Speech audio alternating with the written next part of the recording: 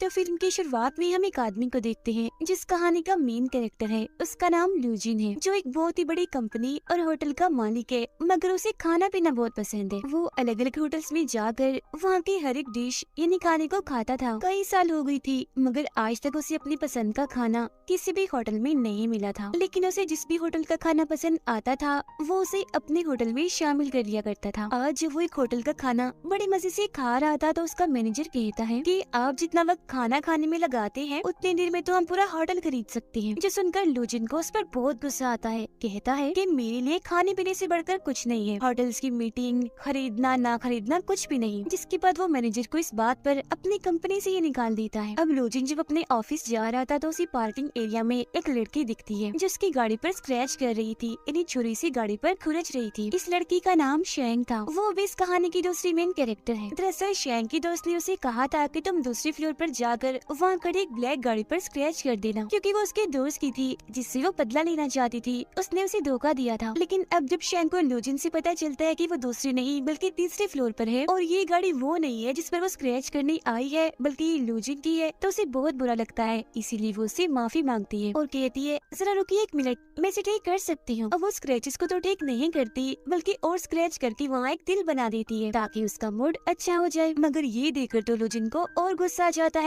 इसीलिए वो यहाँ से चला जाता है। शेंग अपने दोस्त और अपने डॉग के साथ किराए के घर पर रहती है। वो एक काफी बड़े होटल में शेफ थी, मतलब कि वहाँ खाने बनाया करती थी, मगर उसकी डिशेस, उसके खाने किसी को भी पसंद नहीं थे, क्योंकि वो हमेशा पुराने और आम खाने ही बनाया करती थी। शेंग अपने होटल की मैनेजर को पसंद करती थी। मैनेजर भी उसे ऐसा दिखावा करता है जिसे वो भी उससे प्यार करता है। और आज जब शेंग उसे कहती है कि हमें अपनी बात को आगे ले चलना चाहिए, इन्हें शादी कर लेनी चाहिए, तो मैनेजर इसके लिए साफ साफ मना कर देता है और कहता है कि मुझे तुम जैसी सूखी कमजोर लड़कियां नहीं पसंद, मुझे अच्छी सेहत वाली लड़कियां पसंद हैं, तो सॉरी, मैं तुमसे शादी नहीं कर सकता। जो सुनकर शेंग का दिल एकदम टूट जाता है। इसके बाद लूजिन उसी होटल में आता है जहाँ की शेफ शेंग थी। अब होटल के वर्कर्स को पता था कि लूजिन एक बहुत ही बड़ी कंपनी और होटल का मालिक है, और अगर उसे यहाँ का माहौल और खाना पसंद आ गया तो वो इस होटल को भी अपने साथ शामिल कर लेगा। तो इसीलिए होटल के सारे वर्कर्स उसके आगे पीछे हो जाते हैं। लूजिन अपने एक साथी और वर्कर के साथ इस पूरे होटल को चेक करता है, जिसके बाद इस होटल का सीनियर शेफ लू को अपने होटल की सबसे मशहूर डिश पेश करता है। मगर लू को वो डिश जरा भी पसंद नहीं आती, इसीलिए वो फौरन उसे उगल देता है। जिसके बाद तो शेफ एक के बाद एक डिश लाकर लू के सामने पेश करते हैं, मगर अभी भी उसे एक चीज पसंद नहीं आती। जिसके बाद मैनेजर शेंग के पास जाकर उसे कहता है कि क्या तुम कोई ऐसी चीज बना सकती हो जो लूजिन को पसंद आ सके। जो सुनकर सीनियर शेफ कहता है कि ये तो सलाद तक नहीं बना सकती, डिश क्या खाक बनाएगी। जिसके बाद तो शेंग वहाँ पड़ी खाने की हर एक चीज को सूंघने लगती है और एक नई डिश तैयार करने में लग जाती है। काफी सोच समझकर आखिरकार वो एक डिश बना ही देती है, मगर वो ये नहीं जानती थी कि जिसके लिए वो ये बना रही है वो और कोई नहीं बल्कि वो इंसान है जिसकी गाड़ी पर इसने स्क्रैचेस किए थे। और अब जैसे लो उस डिश को खाता है तो एकदम वो दंग रह जाता है। उसकी होश जैसे उड़ गई थी, क्योंकि उसे ये डिश बेहद ही पसंद आती है, और क्योंकि वो खुद भी काफी अच्छा शेफ था, इसीलिए खाने में उसे हर वो चीज महसूस हो जाती है जो शेंग ने उसमें डाली थी। वो बड़े मजे से उस डिश को खाकर खत्म ही कर देता है। उसे खाना इतना अच्छा लगा था कि वो उंगलियां ही चाटता रह जाता है। अब होटल के सारे वर्कर्स, यहाँ तक कि मैनेजर और सीनियर शेफ भी शेंग के डिश की तारीफ करते हैं और उसकी हौसला अफजाई करते हुए खूब तालियां बजाते हैं। अब लूजिन अपने साथी को कहता है कि मेरी सारी की सारी मीटिंग्स को कैंसिल कर दो, मुझे खाने के लिए अब किसी से नहीं मिलना, मैं अब यही रहूंगा और यहीं का खाना खाऊंगा। अब शेंग को दिखाया जाता है जो काफी दुखी नजर आ रही थी, क्योंकि आज मैनेजर से उसका रिश्ता खत्म हो गया था, जिस वजह से वो काफी शराब पी जाती है। वो होटल की छत पर भी जाकर खूब शराब पी लेती है। उसे इतना नशा हो गया था कि वो वहीं बालकनी में ही गिर जाती है। उसके गिरने की आवाज सुनकर लू वहाँ आता है और उससे पूछता है कि तुम इस वक्त यहाँ मेरी बालकनी में क्या कर रही हो, रुको जरा, मैं अभी पुलिस को बुलाता हूँ। मगर अब क्योंकि शेंग बहुत ही नशे में थी, इसीलिए वो लू का पैर पकड़ लेती है और उसे मैनेजर समझकर कहती है कि तुमने मुझसे शादी के लिए क्यों इनकार कर दिया, क्या मैं तुम्हें इतनी बदसूरत दिखती हूँ, क्या मैं जरा भी प्यारी नहीं हूँ। इतना कहते ही शेंग नशे की हालत में वहीं सो जाती है।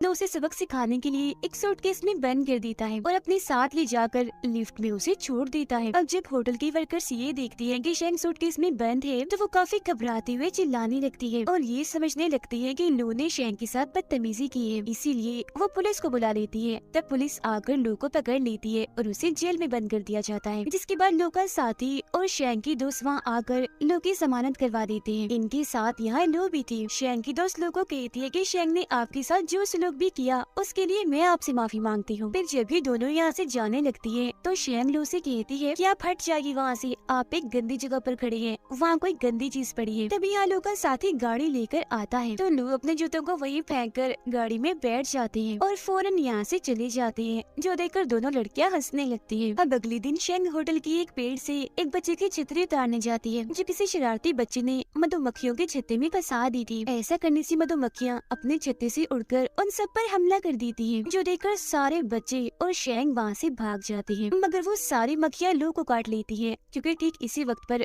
वो भी यहाँ से गुजर रहे थे। मक्खियों ने उन्हें काट कर उनका पूरा चेहरा ही सुझा दिया था, इसीलिए शेंग वहाँ आकर एक बार फिर से उनसे माफी मांगती है, जिस पर लू अपने साथी को कहता है कि इसे फौरन एक घड़ी बांध दो, क्योंकि जब जब ये मेरे आसपास होती है तो कोई न कोई मुसीबत आ जाती है या ये खुद ही मेरे लिए खतरा बन जाती है, और अब अगर अगली बार ये मेरे करीब आएगी तो अलार्म बज जाएगा, जिससे मैं चौकन्ना हो जाऊंगा और इससे कहीं दूर चला जाऊंगा। लेकिन अभी भी लू ये नहीं जानता था कि वो जिसके खानों का दीवाना है वो और कोई नहीं बल्कि शेंग ही है। वो इसके लिए मनपसंद खाने बनाती है। यहाँ तक कि शेंग को भी ये बात पता नहीं थी कि उसके डिशेस का जो सबसे बड़ा दीवाना है वो और कोई नहीं बल्कि लू ही है। लू क्योंकि होटल में ही रह रहा था, इसीलिए वो थोड़ी थोड़ी देर के बाद कोई ना कोई डिश बनाने को कहता था, जिसे शेंग बना बना कर उसके लिए बेचती थी। वो एक के बाद एक नई डिश को बनाकर बड़े ही अच्छे तरीके से लू के पास भिजवा दिया करती थी, जिन्हें लू बड़े मजे से बड़े चाव से खाया करती थी। अब इसी रात शेंग के पास होटल का मैनेजर आकर उससे कहता है कि अब मुझे मोटी सेहतमंद लड़कियां पसंद नहीं है, बल्कि तुम जैसे स्मार्ट पसंद है, क्योंकि अब मैं भी जिम जाने लगा हूँ। इसीलिए तुम ऐसा करो, आज रात मेरे साथ मेरे घर चलो, जिसके बाद हम शादी कर लेंगे। उसकी ये बातें सुनकर शेंग को काफी गुस्सा आ गया था, इसीलिए वो उसे काफी बुरा भला कहकर गालियाँ भी देती है और वहाँ से भगा देती है। खुद भी फिर वो वहाँ से चली जाती है। फिर रात में जब वो अपने दोस्त के साथ घर पर थी तो उसे कहती है कि आजकल मैं होटल में बहुत मसरूफ रहने लगी हूँ, मुझे बहुत काम करना पड़ रहा है, क्योंकि मैं अपने होटल के नए मालिक के लिए अलग अलग डिशेस बनाती हूँ ताकि वो खुश हो जाए और मुझे अपने होटल का सीनियर शेफ बना दे। अगले दिन जब कुछ रिपोर्टर्स लोग का इंटरव्यू लेने आते हैं तो शेंग को पता चल जाता है कि अब तक वो जिसको परेशान करती आई है वो बहुत ही बड़ी कंपनी का मालिक है, और ये और कोई नहीं बल्कि वही है जिनके होटल को खरीदने वाला है, मतलब कि होटल का होने वाला मालिक, और यही मेरे खानों का दीवाना भी है। तो इसीलिए आज के खाने में वो लोगों के लिए दिल खोल कर मिर्च मसाला डालती है, ताकि अब की बात वो उसके खाने को पसंद ना करे और ये उसे दूर चली जाए। मगर उसका ये प्लान काम नहीं करता, क्योंकि खाना खाते हुए लू की आंखों से पानी तो आता है तेज मिर्ची की वजह से, मगर उसे खाने का जायका बहुत अच्छा लग रहा था, इसीलिए वो रुकने का नाम ही नहीं ले रहा था, लगातार बस खाता ही जा रहा था। सबसे आखिर में शेंग लू के लिए अपनी तरफ से एक केक बनाकर भेजती है, जिसमें उसने हर वो चीज डाली थी जो लू को बेहद ही पसंद थी। तो जाहिर है ये केक भी उसे बहुत ही पसंद आता है। केक खाने के बाद तो वो इतना दीवाना हो जाता है कि उस शेफ से मिलने के लिए बेताब हो गया था, जो अब तक उसके लिए खाना बनाती आ रही है। मगर शेंग जब उनके सामने जाने से मना कर देती है तो लोग खुद किचन में आ जाते हैं उससे मिलने के लिए, मगर अभी शेंग उनके सामने नहीं आती बल्कि वहाँ से भाग जाती है, क्योंकि उसे डर था कि अगर उसने मुझे देख लिया तो वो मुझे काम से निकाल देगा। थोड़ी देर के बाद जब लोग वॉशरूम में थी तो वहाँ एक चम्मच आकर गिरता है, जिसे कोई वॉशरूम के अंदर से ही नीचे से हाथ डालकर दोबारा उठा लेता है, जो देखकर लू को लगता है कि जरूर यहाँ कोई चोर है, इसीलिए वो वॉशरूम के दरवाजे को लॉक करके वहीं छुप जाते हैं।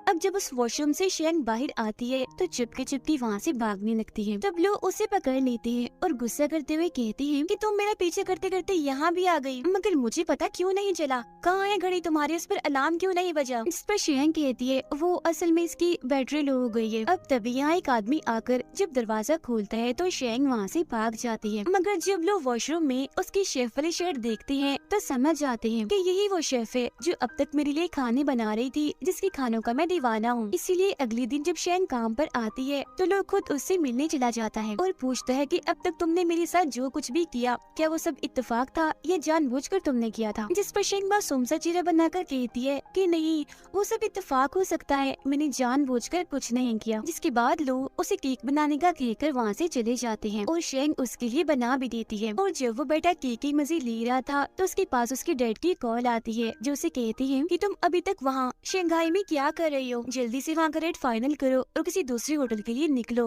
वहाँ पर मत बैठ जाओ। अपने डैड की ये बात सुनकर लू काफी उदास हो जाता है, क्योंकि उसे सिर्फ शेंग के हाथ का ही खाना खाने में बहुत मजा आ रहा था। अगले दिन जब वो कॉल करके शेंग को खाना बनाने के लिए कहता है तो उसे पता चलता है कि आज शेंग नहीं आई, वो तो छुट्टी पर है। इसीलिए वो खाने पीने का सारा सामान लेकर शेंग के घर पहुँच जाता है। वो जब बेल बजाता है तो शेंग ही बाहर आती है, जो उसे घर के अंदर ले जाती है। अंदर आकर वो ये देखकर काफी हैरान रह जाता है कि शेंग ने अपने घर का हाल बहुत ही बुरा बनाया हुआ है, क्योंकि घर का सारा सामान इधर उधर बिखरा पड़ा है। उसे वहाँ शेंग का डॉग भी दिखता है। वो फिर खुद ही सोफे पर रखे कपड़े हटाकर बैठ जाता है। वो टेबल पर बहुत सारी किताबें रख लेता है ताकि खाना वो बड़े आराम से खा सके। लू ने आज शेंग को लॉबस्टर यानी समुद्री झींगा लाकर दिया था पकाने के लिए, जिसके बाद शेंग अपने पूरे दिल से डिश को तैयार करके लू को देती है। और जैसे उसके साथ खाना खाने के लिए बैठती है तो लू कहता है, ओ सॉरी, वो दरअसल खाना मैं अकेला खाता हूँ, मुझे किसी के साथ बैठकर खाना खाने की आदत नहीं है, तो तुम ऐसा करो कहीं और जाकर खा लो। जो सुनकर शेंग को अजीब तो लगता है, मगर वो फिर भी अपना खाना लेकर किचन में चली जाती है और पूछती है कि क्या तुम अपने घर वालों और दोस्तों के साथ मिलकर भी खाना नहीं खाते। जो सुनकर लू